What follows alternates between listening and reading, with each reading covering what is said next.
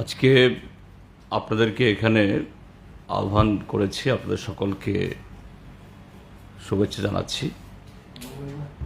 দুটো বিষয়ে এখানে বলার জন্য, যদিও দুটো দু রকমের, ভিন্ন ধরনের। একটা ঘটনা হলো গত 10 তারিখে শান্তিনিকেতন মেডিকেল কলেজে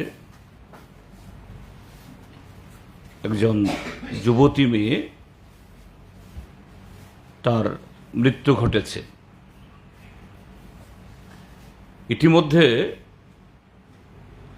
পত্রপত্রিকায়, আপনাদের বিভিন্ন চ্যানেলে এ সম্পর্কে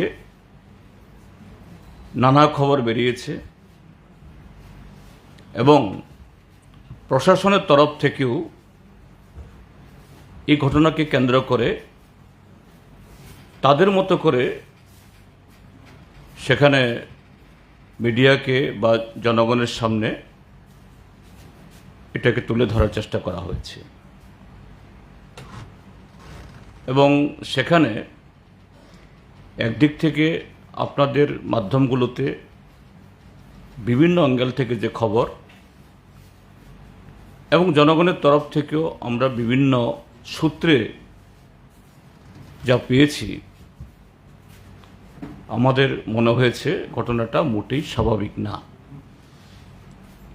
সরেজমিনে সশরীরে সেখানে যাওয়া দরকার এবং যে পরিবারের এই মেয়ে তার এই অকাল মৃত্যু হয়েছে তাদের মুখ থেকে জানা দরকার, প্রতিবেশী থেকে জানা দরকার। সে মোতাবেক আজকে আমরা দুপুরবেলা সেখানে গেছি। আমার সাথে সমর চক্রবর্তী, আমাদের ডুকলি মহকুমার সম্পাদক, তিনি ছিলেন এবং আমাদের যুবনেতা ডিওয়াইএফের সেক্রেটারি কমরেড নবারুণ দেব ছিলেন, আরও অনেকে ছিলেন। এবং এই মনীষা দাস, যে মেয়েটির এ হাল হয়েছে, আমরা সোজা তাদের ঘরে গেছি। সেখানে মনীষার বাবা উপস্থিত ছিলেন, তার মা উপস্থিত ছিলেন, তার ভাই ছিলেন, তাদের আত্মীয় পরিজন ছিলেন এবং আরও অনেক পাড়া প্রতিবেশীরা আমাদের দেখে তারা সেখানে জড়ো হন। তো আমরা বলেছি, এরকম একটা মর্মান্তিক ঘটনা যেটা নিয়ে নানা ধরনের খবর আসছে, আর সরকারও একটা ন্যারেটিভ দেওয়ার চেষ্টা করছে, পুলিশ এবং প্রশাসন। আসলে এই ঘটনার পেছনে কারণ কি? প্রথম বাবা বললেন, আমার মেয়ে 24 বছরের তরতাজা মেয়ে, বিবিএমসি কলেজ থেকে গ্র্যাজুয়েশন করেছে। যেহেতু সরকারি বা অন্যান্য কোনো কাজকর্ম নেই, যে শান্তিনিকেতন মেডিকেল কলেজে সেখানে মেয়েদের যে হোস্টেল, সেই হোস্টেলের একজন সহায়ক হিসাবে, কর্মী হিসাবে সকাল 9টা থেকে 5টা এই সময়কালে তার ডিউটি সেই হিসাবে নিযুক্ত হয়েছে। প্রায় 2 বছর হয়। গত 24 ইংরাজির এই আগস্ট মাসের 17 না 16 তারিখ বললেন, 24 গেছে, 25 গেছে, এখন 26, প্রায় 2 বছর। তো বললাম, এই ঘটনা কেন ঘটল? যে বললেন যে আমার মেয়ে, তার তো 5টার পরে ফিরে আসার কথা, কিন্তু সাম্প্রতিককালে কর্তৃপক্ষ তাদেরকে এই মেয়েটিকে নানা রকমের চাপ সৃষ্টি করে যে 9টা 5টার বাইরেও তাকে কাজ করানো হয়। তো তারা বলেছেন, কেন, এরা তো রাত্রে থাকার কথা নয়, অতিরিক্ত কাজ করার কথা নয়। বলছে না, যদি আমি 5টার পরে না থাকি, রাত্রিবেলা যদি আমি ডিউটি না করি, যার জন্য কোনো এই পারিশ্রমিক দেওয়া হয় না, তাহলে পরোক্ষে আমাকে ছাঁটাই করে আমার জায়গাতে অন্য লোককে নেওয়ার জন্য তারা হুমকি দেয়। স্বাভাবিক, এই ভয়ে মেয়ে যে পোশাকরি না পেয়েও এইভাবে অতিরিক্ত তাদের খাটতে হয়। এবং এই কারণে এই মৃত্যুর কদিন আগে এই মেয়ে আসতে পারেনি। মা বারবার ফোন করেছে, বাবাও ফোন করেছে, এমনকি তার ভাইয়ের জন্মদিন সে উপলক্ষেও আসতে পারেনি। মেয়ের অদম্য ইচ্ছা থাকা সত্ত্বেও, ভাইয়ের এই অনুষ্ঠান এবং মার ডাক করে ফিরে ইচ্ছা থাকা সত্ত্বেও, এবং বলল যেদিন ঘটনা হলো সেদিন হঠাৎ করে পাড়ার কিছু ছেলে গাড়ি নিয়ে আসে যে আপনার মেয়ে মনীষা অসুস্থ, আপনি আসুন। তারপরে সেখানে গিয়ে তারা এই বিভৎস এই ছবিটা তারা দেখেন, এবং সে ছবিটা আমাদেরকে দেখিয়েছে। বলছেন যে একটা ফ্যানে ঝুলে আছে, এবং সেই ফ্যান তার যে ঝুলে আছে ঠিক তার নিচে একটা চেয়ারও আছে, এবং এই চেয়ারের যে ইয়েটা যেমন এরকম পেছনের যেটা, এটা এর থেকে তার পা অনেক নিচে। তো এই যে ফ্যানে ঝুলে থাকা, এটা স্বাভাবিক নয়। কেননা একটা লোক যদি স্বেচ্ছায় মৃত্যুবরণও করতে চায়, এরকম আত্মহত্যা করতে চায়, তাহলে সে ওই চেয়ারের মাথায় পা দেবে, এবং চেয়ারটা সেখানে থাকার কথা নয়, সে নানাভাবে চেষ্টা করবে। এক, তারপর বলছে এই ফ্লোরটা ভিজা,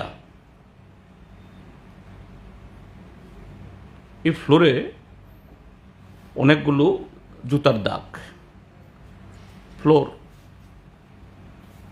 এমনকি যে বিছানা আছে সে বিছানাতেও এরকম জুতার দাগ। তো আমরা বললাম, এটা তো ওকে দেখে তাকে নামানোর জন্য লোকজন গেছে। না না না, তাকে তো নামানো হয়নি, আমাকে নেওয়ার পর নামানো হয়েছে, কাজে সেখানে তো জুতার দাগ হওয়ার কথা নয়।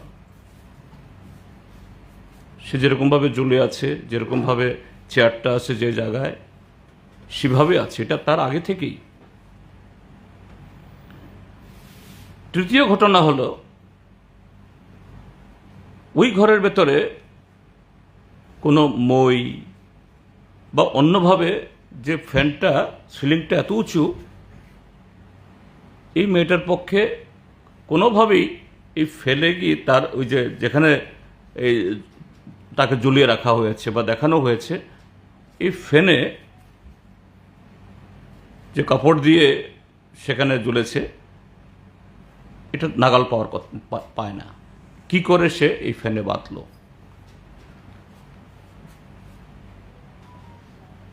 তারপরে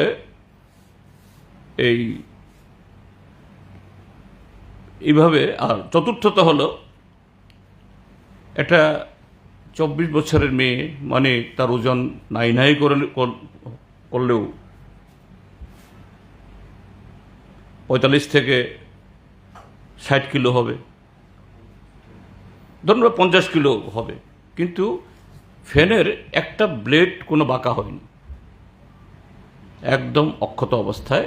এই ছবিগুলো আমরা খুঁটিয়ে খুঁটিয়ে দেখলাম। তার মানে এই ছবিগুলো বাবা যখন গিয়ে দেখেছে মেয়ের প্রাণ নেই, কিন্তু এই যে ঘটনাগুলো, যে ছবি চোখের সামনে, মানে ছবিতে দেখা গেছে, সেখানে তার সারাউন্ডিংস, ঠিক পায়ের নিচে চেয়ারটা আছে, চেয়ার জায়গায় দাঁড়িয়ে আছে, ঝুলছে। এটাকে তার পক্ষে ওখানে বাঁধার কোনো সুযোগ নেই। ফ্যানের একটা ব্লেড বাঁকা হয়নি। তারপর নিচে জল, বিছনায় এবং সেই ফ্লোরে অনেকগুলো জুতার ছাপ। তো সবটা মিলিয়ে একটা ঘোরতর একটা সন্দেহের বাতাবরণ উদ্রেক করে যে এটা স্বাভাবিক ঘটনা নয়। তো এরকম একটা ঘটনা যে মানে ঘটনায় সেখানে পুলিশ গেছে, দমকল গেছে, বাবা যাওয়ার পর লাশ নামিয়ে এনে পোস্টমর্টেম হয়েছে এবং পুলিশ সাধারণত যেরকম পদক্ষেপ গ্রহণ করে সেসব করে বাবার হাতে, পরিবারের হাতে লাশ তুলে দিয়েছে। ঠিক আছে, এই পর্যন্ত আমাদের কোনো অভিযোগ নেই, কারণ এই ঘটনাগুলো আগের থেকে সরকার জানার কথা নয়, আগের থেকে পুলিশ জানার কথা নয়। সরকারের দায়িত্ব, পুলিশের দায়িত্ব এগুলি সবগুলো খতিয়ে দেখে কিভাবে আসল কারণটা খুঁজে বের করা, ফরেনসিক বা অন্যান্য সমস্ত পরীক্ষা নিরীক্ষা করে। কিন্তু আমরা দুর্ভাগ্যের সাথে আমরা লক্ষ্য করছি যে ডুকলি পুলিশ মহকুমার এসডিপিইউ আমতলী পুলিশ মহকুমার এসডিপিইউ বলেছে এটা আত্মহত্যা, এবং মিডিয়ার কাছে একটা খবর রটে দিয়েছে এটা প্রেমজনিত, এবং এটাকে এস্টাবলিশ করার জন্য একজন যুবককে গ্রেপ্তারও করা হয়েছে, রিমান্ডেও নেওয়া হয়েছে, তাকে জেলে নিক্ষিপ্ত করা হয়েছে। হ্যাঁ, ঠিক আছে, সেই যুবককে গ্রেপ্তার করা সন্দেহভাজন পুলিশ করতেই পারে, করা দরকারও। এবং তার সাথে মিডিয়াগুলোতেও যেটা দেখতে পেয়েছি বা আজকেও সেখানে যারা প্রতিবেশীরা বলছেন, এই যে ছেলেটাকে গ্রেপ্তার করা হয়েছে সে নাকি ওই ঘটনা হওয়ার প্রায় ঘণ্টাখানেক আগে গিয়ে সেখানে গেটে গিয়ে, এটা মেয়েদের হোস্টেল যেহেতু দারোয়ান বন্ধ থাকে রাত্রিবেলা, বারবার চেষ্টা করেছে দরজা খুলুন, একটা খবর আছে, এখানে একটা উমুক আছে, যদি তাকে বাঁচানো দরকার।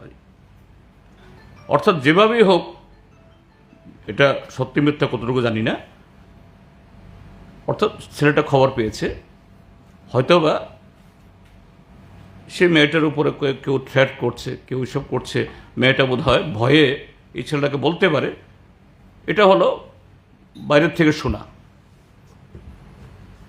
তো পুলিশ এই ঘটনায় সেই ছেলেটাকে গ্রেপ্তার করেছে, এটা বেঠিক করেছে বলছি না, তাকে যদি তার প্রেমজনিত সম্পর্ক থাকে বা অন্য কোনো সূত্র পেয়ে থাকে, করতেই পারে। কিন্তু এই ঘটনার পর যে পরপর যে কতগুলো প্রশ্ন উঠে আসে, আমরা জিজ্ঞেস করলাম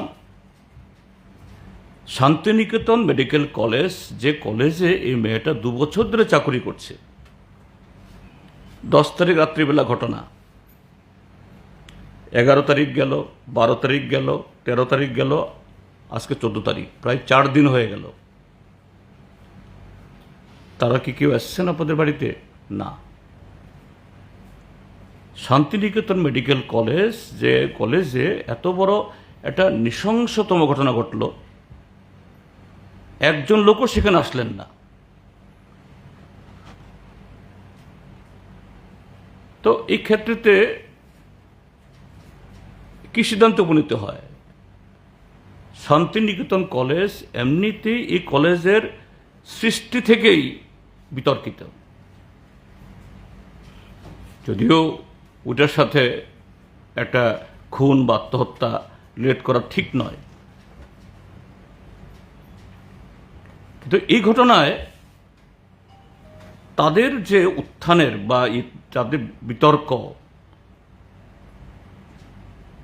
এই ঘটনায় যেন মনে হয় কোথাও একটা রিমোট একটা সম্পর্কযুক্ত আছে।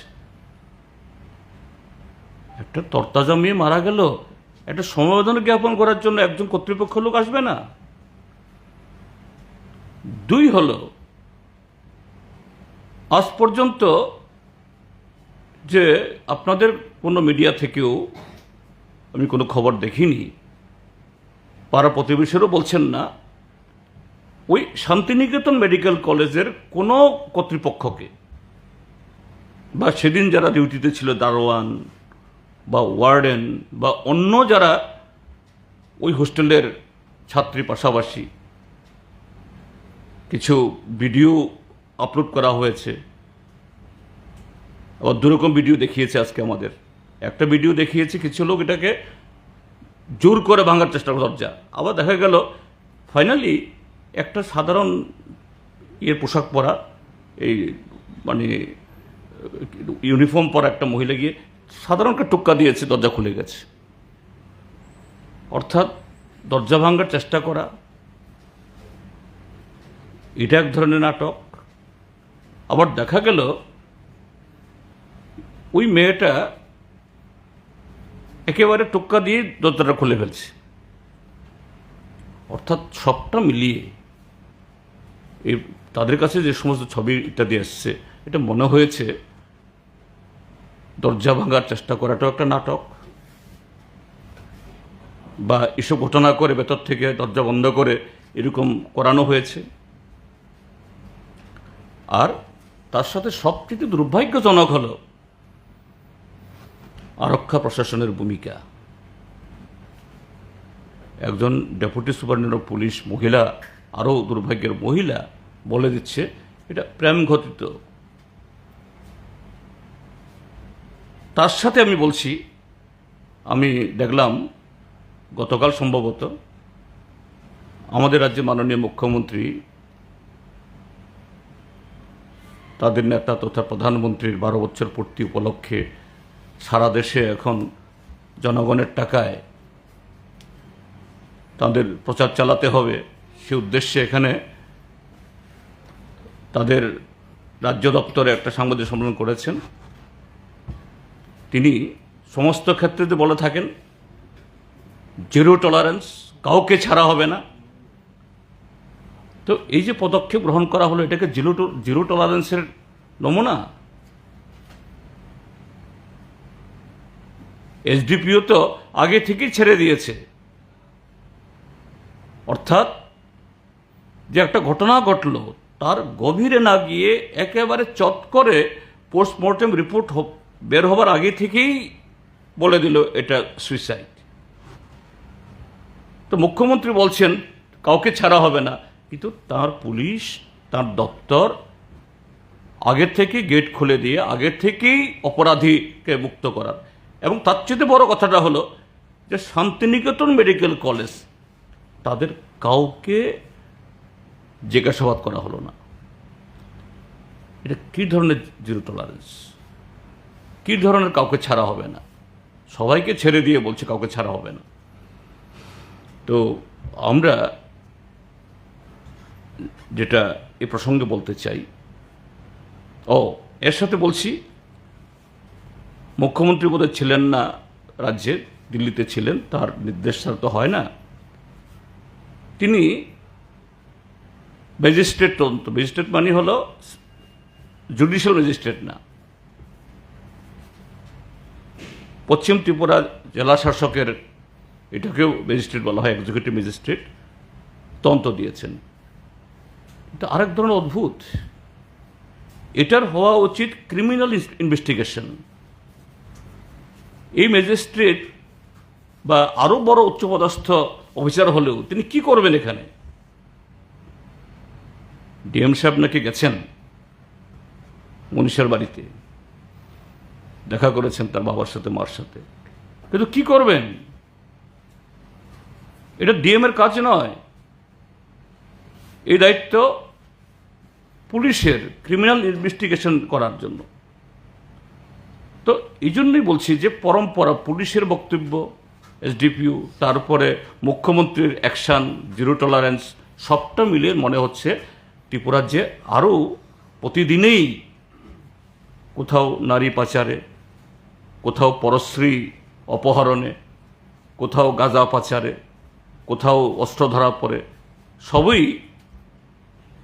মাননীয় মন্ত্রী রতনলাল নাথের জিনিয়াসরা ধরা পড়ছে সর্বত্র।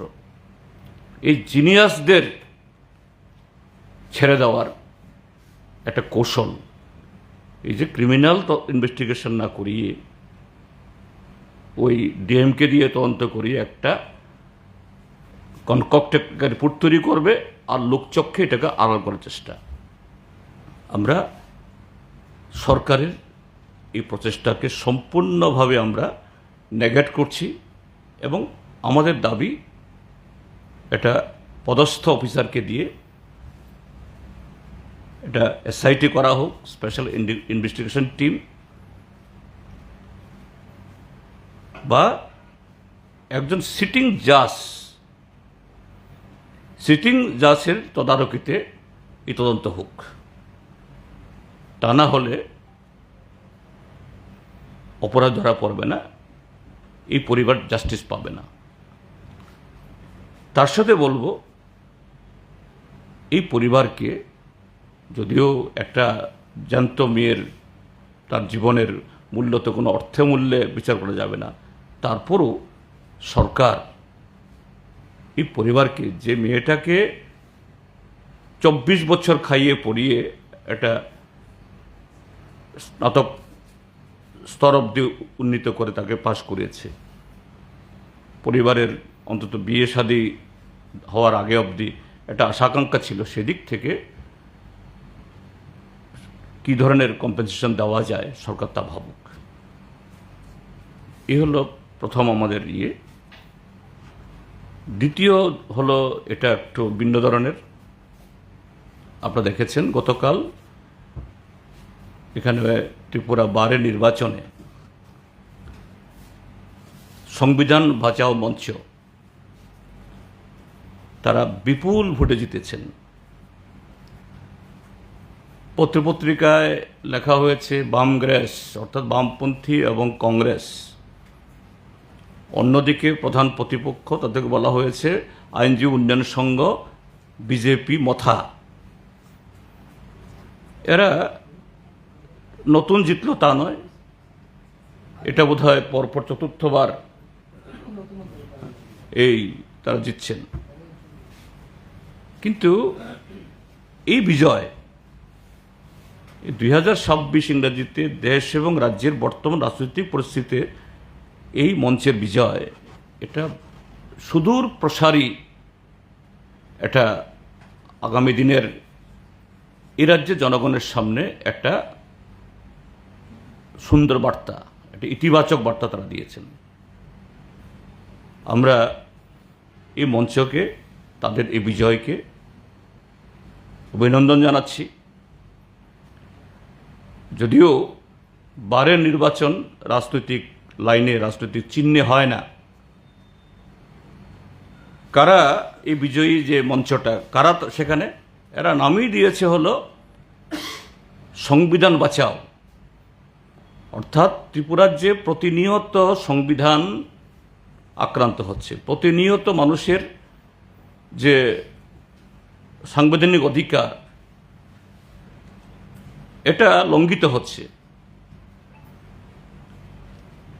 আমাদের এই বিচারকদের, এই আইনজীবীদেরকেও প্রতিনিয়ত একেবারে নিম্নতম কোর্ট থেকে উচ্চতর কোর্ট অবধি ত্রিপুরাজ্যের বর্তমান সরকার এইভাবে জীবন্ত মানুষকে যারা মেরে ফেলে, এরা চাকরি খাওয়া, জমি ছিনিয়ে নেওয়া, বিভিন্ন অধিকার থেকে বঞ্চিত করা, ভোটাধিকার থেকে কেড়ে নেওয়া, এই সমস্ত ক্ষেত্রেতে বিগত 8 বছর ধরে নানা অভিজ্ঞতায় তারা এই মঞ্চ গড়ে তুলেছেন এবং এটা একটা চোখে আঙ্গুল দিয়ে দেখিয়ে দিয়েছে ত্রিপুরাজ্যের সাধারণ মানুষ, খেটে খাওয়া মানুষ এবং মধ্যবিত্ত এবং ইন্টেলেকচুয়াল বুদ্ধিজীবীরাও এরা বিজেপিকে পছন্দ করছে না। কেননা এই নির্বাচনে আমরা কিন্তু কেউ যারা আইনজীবী আছেন এরকম কেউ গেছেন বিভিন্ন রাজনীতি করেন, কিন্তু আমরা বামফ্রন্টের তরফ থেকে আমরা কেউ প্রচারে যাইনি। কিন্তু আমরা দেখেছি বিজেপির মঞ্চের পক্ষে সুবল ভৌমিক, কল্যাণী সাহা রায়, অশোক সিনহা, এরকম বহু লোক বিজেপির তাবর নেতারা একেবারে অন্য নির্বাচনী প্রচার যেরকম করে থাকে তারা যেন একটা এরকম বিজেপি মথার ঐক্যবদ্ধ হয়ে অন্যদেরকে হারাতে হবে এরকম পণ নিয়ে তারা গেছেন। নানাভাবে তাদের অনুকূলে ফলাফল নেওয়ার চেষ্টা করেছেন এবং শুনেছি গতকাল রাত্রিবেলা যখন শেষ লগ্নে এই ফলাফল ঘোষণা হওয়ার, সেখানে একটা অঘটন ঘটানোর, গোলযোগ তৈরি করার, শান্তিপূর্ণ এরকম অবস্থার মধ্যে চেষ্টা হয়েছে কারণে পুলিশ টের পেয়ে সঙ্গে সঙ্গে সেখানে প্রায় রাত 12টার সময়তে গিয়ে বহু পুলিশ হাজির হয়েছেন। যাই হোক, হয়নি। তো এটা ত্রিপুরাজ্যের মধ্যে আজকে গণতান্ত্রিক অধিকারের উপর যে আক্রমণ, জীবনজীবী আক্রমণ, তার বিরুদ্ধে সমস্ত ধর্মনিরপেক্ষ, গণতন্ত্রপ্রিয় এবং বিজেপির স্বৈরাচার বিরোধী সমস্ত শক্তি যদি ঐক্যবদ্ধ হয়, বিজেপি মথা যতই টাকা দালুক, যতই চেষ্টা করুক, এরা জিততে পারে না। গতকালের এই বিজয় তার ইঙ্গিত দিয়েছে। কাজেই এটা বার না, বারের বাইরেও এই বাতাবরণকে নিয়ে যাওয়ার জন্য একটা দারুণ উৎসাহ তৈরি করেছে। এই হলো দুটি বিষয় আপনাদের সামনে আজকে আমরা তুলে ধরার চেষ্টা করেছি। আপনাদের কোনো যদি প্রশ্ন থাকে করতে পারেন। এর বাইরে একটা বিষয় হলো রতনলাল নাথ সম্প্রতি আপনাদের দল সম্পর্কে বিভিন্ন প্রতিক্রিয়া ব্যক্ত করতে গিয়ে সন্ত্রাসীদের সঙ্গে তুলনা করেছে। নানা দিক থেকে সরকারের কিছু আপনাদের সরকারের আমলে কিছু খুনের ঘটনা তুলে ধরে সরাসরি আপনাদের দায়ী করেছে। দেখুন, ওই বলে না যে তুফান নেই, বাতাস নেই, কিছু নেই, এরপরও কিছু গাছ ডাল হঠাৎ করে ভেঙে পড়ে। ঠিক কোনো ব্যক্তি মানুষও এরকম কোনো পরিস্থিতি নেই বা কোনো ধরনের ঘটনা নেই, হঠাৎ করে একেবারে ক্ষিপ্ত হয়ে নানা ধরনের কথা বলতে থাকে। তো সেদিন হঠাৎ করে আমি দেখেছি কয়েকটা চ্যানেলে বলছেন, না না, সিপিএমকে আমি বিশ্বাস করব না, গণমুক্তি বসে বিশ্বাস করব না। কে বলেছে এই রতনলাল বাবুকে আমাদেরকে বিশ্বাস করার জন্য? ওনার বিশ্বাস অবিশ্বাস দিয়ে তো সিপিএমের যায় আসে না। সিপিআইএম গণমুক্তি পরিষদ তার ঐতিহ্য, তার লড়াই, তার দায়বদ্ধতা, তার আদর্শের মধ্য দিয়ে সে জনগণের কাছে বিশ্বস্ত। রতনবাবুর বিশ্বাসযোগ্য হওয়ার তো কোনো প্রয়োজন নেই। তাহলে হঠাৎ করে সেদিন তিনি অন্য বিষয়ে কথাবার্তা বলছিলেন, কেন এই জায়গাতে প্রসঙ্গ আসলো সিপিএমকে আমি বিশ্বাস করব না? আসলে আমার মনে হয়েছে, কারণ বয়স হয়েছে তো ওনার, তো বয়স হলে অনেক সময় বিমূর্তি হয়। তো বিজেপিরও এরকম কিছু এরকম প্রবীণ নেতৃত্ব, এদের ভীমরতি হওয়া শুরু হয়েছে। কেননা বিজেপির অভ্যন্তরে নানা ধরনের দুর্ঘটনা বা ভূমিকম্প হচ্ছে। যেমন সভাপতি নির্বাচন, 2 বছর ধরে তারা গল্প শোনালো। বিজেপি হলো পৃথিবীর বৃহৎ বৃহত্তম রাজনৈতিক দল, বৃহত্তম গণতান্ত্রিক দল। তো গণতান্ত্রিক দলে তো গণতান্ত্রিকভাবেই সভাপতি নির্বাচিত হবে।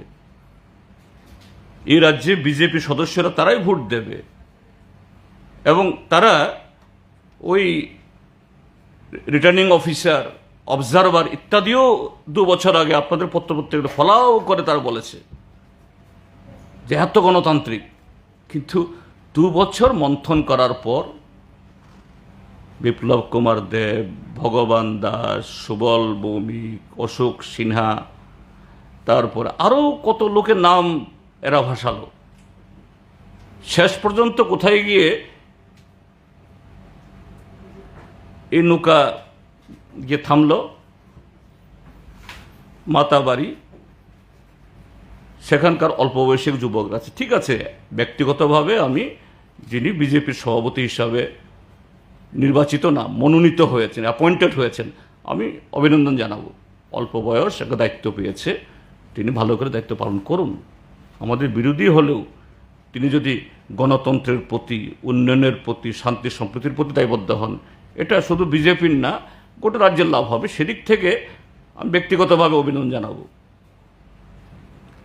তো এখন এই ঘটনায় যে অনেক প্রবীণ, অভিজ্ঞ, বাঘা বাঘা নেতা থাকা সত্ত্বেও দিল্লির নেতারা এখানে তাদের কাউকেই তাদের পছন্দ হলো না। দিল্লি 2 বছর এত পরীক্ষা নিরীক্ষা করার পরও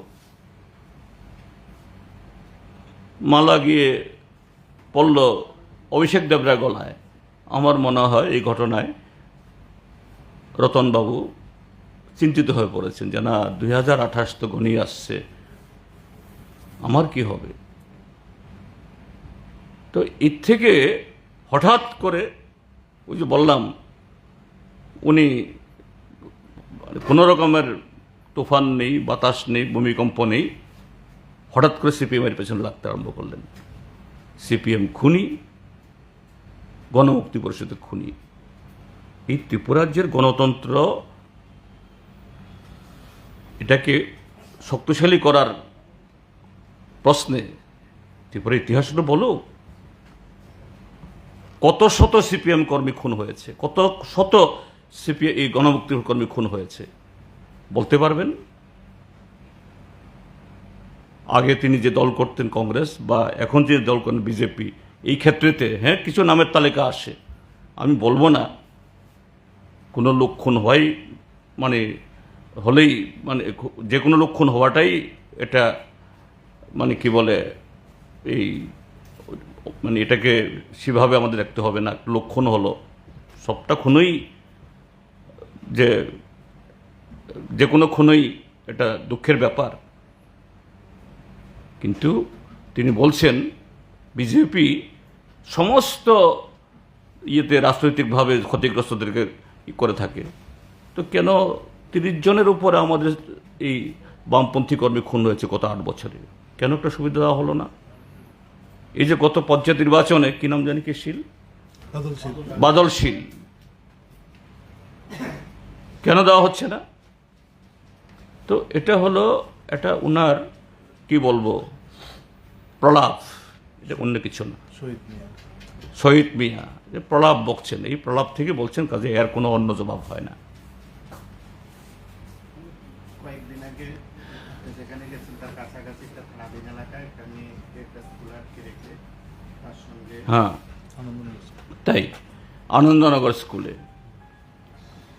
আমি সেটাও বলছি যে বর্বরতার কোন জায়গায় চলে গেছে। একটা 8ম শ্রেণী না, 8ম শ্রেণীর ছাত্রী, তাকে বলাৎকার করে আবার তালা মেরে রেখে দিয়েছে। আবার সে তালার চাবি কাদের কাছে? যারা এ বলাৎকার করেছে তার সঙ্গী সাথীদের কাছে। একটা শিক্ষা প্রতিষ্ঠান, তার চাবি থাকে এই বিজেপির আমলে খুনি, ধর্ষণকারী, নারী পাচারকারী তাদের কাছে। মুখ্যমন্ত্রী বলছেন 0 টলারেন্স, কাউকে ছাড়া হবে না। আসলে এরা কেউ ধরা পড়বে না এরকম চলতে থাকলে। আমি বিজেপির বন্ধুদের বলবো, ওই পশ্চিমবাংলার কিছু ভিডিও আসে, 15 বছর ধরে ত্রিপুরা রাজ্যের বিজেপি যেরকমভাবে জনগণের উপর স্টিমরা চালিয়েছিল, এখন প্রায় প্রতিদিন কাউকে মাথা মুড়িয়ে, কাউকে কোমরে দড়ি বেঁধে, পচা ডিম ছড়ে জনগণ অভ্যর্থনা জানাচ্ছে। ত্রিপুরা রাজ্যে যেন এরকম পুনরাবৃত্তি না হয়। ত্রিপুরার বিজেপি তার চেয়ে তো জঘন্য কাজ করছে, তাদের জন্যও এরকম চলতে থাকলে এরকম অভ্যর্থনা কিন্তু অপেক্ষা করছে। খুব বেশি দিন নেই, আর খুব বেশি দিন নেই। তারা সাবধান হন সেদিক থেকে। সেই নিয়ে কি আপনারা কি পথে নামবেন? হ্যাঁ, ইতিমধ্যেই তো আমাদের সমাজজীবী নারী যে একটা সংগঠন আছে, তারা নেমেছে গতকাল পুলিশ হেডকোয়ার্টারে, তারা বিক্ষোভ জানিয়েছে। ছাত্র যুবরা নেমেছে, নারী সমিতি নেমেছে, আমতলী থানাতে ডেপুটেশন দেওয়া হয়েছে। আজকেও আমরা তো গেছি দুপুরবেলা, বিকালবেলা আরও একটা গ্রুপ যাবে। যদি সরকারের তরফ থেকে তারপরেও এইভাবে এই ঘটনাটাকে চাপা দেওয়ার চেষ্টা করা হয়, দেখব অবস্থা বুঝে। আর সরকার যদি ঠিক করে, আমরা তো এটা বিজেপি দল করেছে বলছি না, আমরা সমাজ বিরোধীদের কাজ সমাজ বিরোধী হিসেবে তাদের ট্রিট করার জন্য বলছি। কাজেই এখন দেখা যাবে কি হচ্ছে অবস্থার প্রেক্ষিতে। আরও যদি রাস্তায় নামতে হয় আমরা নামব। ঠিক আছে, ধন্যবাদ।